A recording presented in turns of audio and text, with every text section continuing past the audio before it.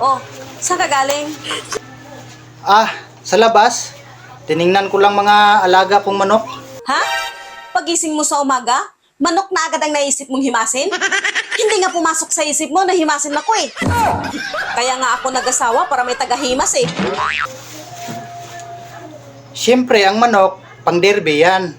Kaya, kailangan himasin at alagaan. Ano ngayon kung pang derby?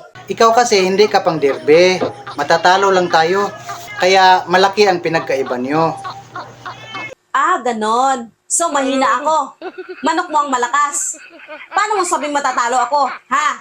Ang manok kasi, hihiga lang yan kapag natamaan at titihaya. Ikaw naman, hindi pa nag-umpisa ang laban, nakatihaya na. At nakataas pa yung dalawang paa. Walang kalaban-laban.